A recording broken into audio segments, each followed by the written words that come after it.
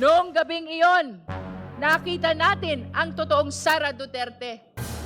Nanlilisik ang mata, halos bumula ang bibig, at lumabas ang dugo sa tenga dahil tila ba sasabog na ang kanyang ulo sa galit. Malayo pa, pero malayo na. That is where we stand today. Yan po ang sitwasyon natin ngayon. We recognize that this has been a difficult and demanding process. But we also recognize how much we have already uncovered. Marami na tayong naabot sa mga nakaraang linggo. Today, we share a quiet sense of accomplishment as we recognize and honor the distance we have traveled since we first began. Saksi tayong lahat. Marami tayong pinagdaanan. Our very first hearing was on March 2, where we established sufficiency in form. Sumunod ang March 4 for sufficiency in substance. At sa puntong yon, we asked the Vice President to file her answer. And she did. At ang nakapirma, 16 na abogado, 16 lawyers. Pero ang answer na isinumite, halos 10 pages lamang. At nakatutok lang sa mga technicalities, sa mga paligoy-ligoy, bagay na ikinagulat ng marami dahil sa totoo lang, hindi naman yon ang hinahanap natin. It was an answer that really just avoided the questions. Kaya naman, noong March 18, we determined that the complaints allege sufficient grounds for impeachment. Sumunod ang hearing sa March 25, kung saan we settled the preliminary matters, most especially ang pag-issue ng mga subpoena. Then came the marathon hearings of April 14, April 22, and April 29. Doon tayo nakinig sa mga resource person natin. We heard the evidence. We examined the evidence. At sa mga araw na iyan, doon natin naramdaman ang bigat ng ating ginagawa. May mga sandaling luminaw ang mga sagot at may mga sandaling mas dumami ang mga tanong. We certainly had our ups and downs. We had our inflows and outflows of testimonies and documents. But through it all, one thing remained certain. We never went sideways. Hindi tayo naligaw. Nanatili tayong may direksyon. We move, sometimes slow, sometimes painfully, but always forward towards the truth. Sinunod natin ang konstitusyon. Hindi tayo nagmadali, hindi tayo nag-shortcut. We honored the process. Bawat hakbang, bawat salita, bawat ebidensya, hinarap natin ng buong pag-iingat at pananagutan. Sa paglalakbay na ito, napagod tayo. Sinubok ang ating pasensya, lalo na sa harap ng mga batikos mula sa labas. We saw the press conferences of the Vice President's camp. We saw the petitions filed in the Supreme Court and the complaint filed in the office of the city prosecutor. Opo, maraming hakbang ang ginawa upang pigilan ang prosesong ito. Pero sa kabila ng lahat, hindi tayo natinag. For in the end, it is not the absence of struggle that defined us, but the refusal to lose our way. the discipline to stay the course, and the clarity to never lose sight of where we are going. At noong mga nakaraang pagdinig, we have seen the evidence. Ito ang mga nakita at narinig natin. Una, ang testimonya ni Ramil Madriaga na base sa ebidensya, mas kilala sa pangalang Sir Ram. Pangalawa, ang mga misteryosong envelopes at ang mga questionableng resibo. Pangatlo, ang paliwanag ng NBI tungkol sa magkakaibang pangalan, ngunit iisa ang pirma. Pang-apat, ang sertipikasyon ng PSA na walang record ang mga pangalang katulad ng Mary Grace Piatos. Pang-lima, ang COA findings na nag-uutos ng refund na 73 million at 375 million. Pang-anim, ang ulat ng AMLC patungkol sa 6.7 billion na mga transaksyon. Napakalaking halaga na dumaloy sa mga account ng Vice Presidente at ng kanyang asawa. Pang-pito, ang mga natuklasan ni former Senator Antonio Trillanes IV na ang malaking bahagi ng kayamanang ito ay may kaugnayan sa illegal drugs. At ang mas nakakagulat, ang pahayag na ito ay tumutugma sa record ng AMLC. Pang-walo, ang mga dokumento mula sa SEC na nagpapatunay na walang kinikita ang mga kumpanya ng Vice Presidente kahit na natili siyang aktibo sa isa sa mga kumpanyang ito, nang ibig sabihin ay pinagsabay niya ang pagiging Vice Presidente at pagpapatakbo ng negosyo. At nitong huling pagdinig lamang, noong April 29, dalawang bagay naman ang napag-usapan natin. Una, ang selyadong kahon mula sa BIR na sa kabila ng matinding debate, hindi muna natin binuksan. Kahit nasa kapangyarihan naman natin na buksan ito. Sabi nga ni Deputy Speaker Janet Guerin, ang puso natin ay gustong buksan ito, pero ang isip natin nagsasabing huwag muna. At dagdag pa rito, nagpahayag si Congressman Benny Abante, hindi porket kaya nating gawin ang isang bagay, ay dapat na nating gawin. At ang pangalawa, ang mga ebidensya ng pagmumura at ang pag-contract ng assassin. Grabe po itong mga ebidensyang ito, lalo na yung video ng Vice Presidente.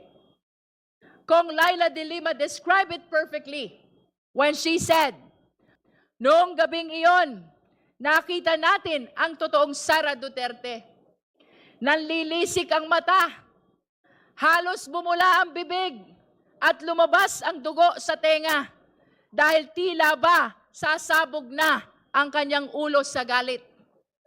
At that point, Congresswoman Janice Digamo once again shared her own painful experience as a victim of political violence herself.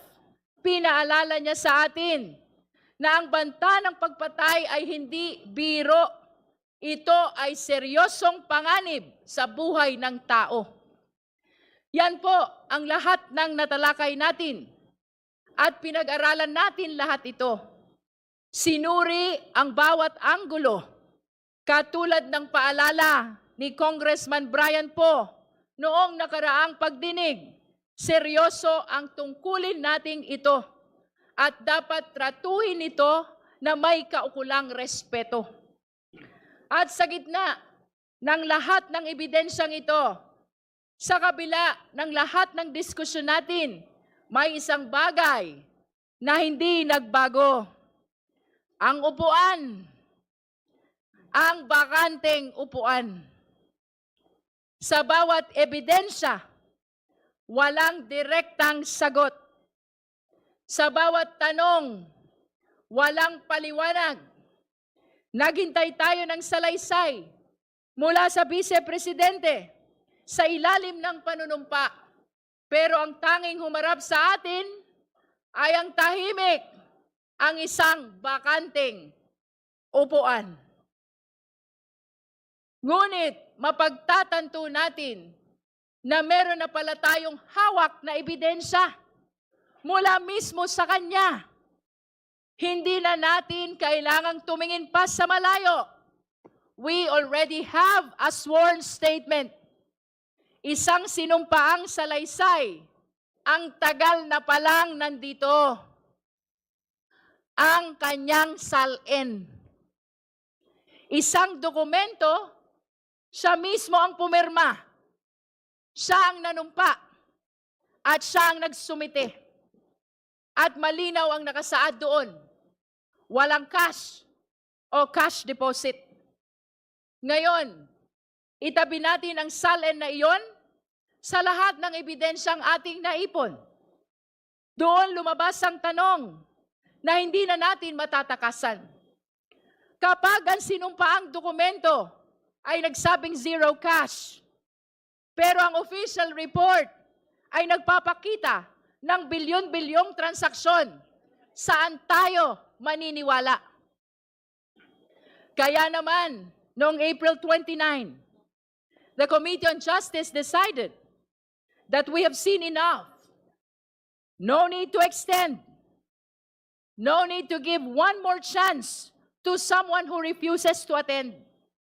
Sabi nga ni Congressman Percy Sendanya, hindi na kailangan ng makeup class ang laging nagkakating class. By a unanimous vote, this committee found probable cause to impeach Vice President Sara Z. Duterte for culpable violation of the Constitution, bribery, graft and corruption, other high crimes, and betrayal of public trust. That brings us to today. Ngayon, May 4. Kukumpirmahin natin kung anuman ang mga nangyari noong nakaraan sa pamamagitan ng isang committee report. We are therefore here to finalize the committee report along with the attached resolution setting forth the articles of impeachment. Our task is to approve these documents and transmit everything to the plenary. This is our mandate under the rules. Tayo ang Committee on Justice. Bukod tangi ang komiting ito dahil sa buong listahan ng mga komite sa Kongreso, tayo lamang ang tanging binanggit at binigyan ng partikular na mandato ng ating konstitusyon. We were given that name for a reason. Today, we hope we have lived up to that name, Committee on Justice. Para sa hustisya, sana naibigay natin ang hustisya sa mga complainant. Hustisya sa Vice Presidente sa pamamagitan ng tamang proseso. At higit sa lahat, hustisya sa sambayanang Pilipino. Sana ay panindigan natin ang pangalan ng committee natin. But more than that, I want to take a moment to acknowledge the people behind this work. Hindi biro ang pinagdaanan nating lahat, lalo na ang kapal ng mga dokumentong binasa at sinuri natin. Sa mga resource persons, salamat sa pagharap ninyo dito sa komite. To our colleagues in this committee, thank you so much. Sa ating secretariat at sa mga staff na hindi nakikita sa camera, pero sila ang naging pundasyon ng bawat hearing. Maraming salamat sa inyong lahat. And to the Filipino people, maraming salamat po sa inyong pagsubaybay. Ngayon, habang tinitimbang natin ang bigat ng mga susunod nating hakbang at ang mga posibleng pagsubok na haharapin natin, may isang katotohanang dapat nating alalahanin. Hindi tayo magsisimula sa wala. Ang bawat hakbang natin ay hindi na pabalik, kundi padiretso sa katotohanan. Malayo pa, pero malayo na. Mahaba pa po ang tatahakin nating landas patungong plenaryo at patungong Senado. Ngunit hindi na tayo nangangapa. Marami na tayong naungkat. Marami na tayong naisiwalat. At hindi natin hahayaang masayang ang lahat ng ito. Kailangang ituloy ang proseso because this is what justice demands. Because only then can we truly achieve accountability. Kapag may public official na nagkaroon ng seryosong paratang, huwag nating baliwalain, huwag nating palampasin. Kapag may kailangang ipaliwanag, huwag tayong titigil hanggat lumabas ang katotohanan. Let us pursue this to its logical conclusion. Otherwise, the cycle of impunity will only repeat. Because we owe it to the next generation of Filipinos to show them that no one, no matter how powerful, no matter the title, is above the law. Huwag nating hayaang masanay ang ating bansa sa kultura ng pagkalimot. Because if we let up now, we fail the very Constitution we swore to protect.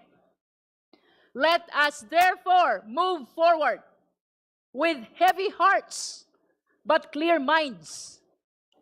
If the Vice President is guilty, let the truth convict her.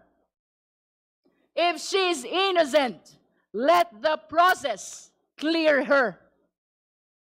But let it be done through the light of justice, not the shadows of silence. Ituloy na natin ang huling hakbang ng yugtong ito para sa katotohanan, para sa sambayanang Pilipino. Esteemed colleagues, beloved countrymen, malayo pa, pero kahit papaano, sa totoo lang, malayo na.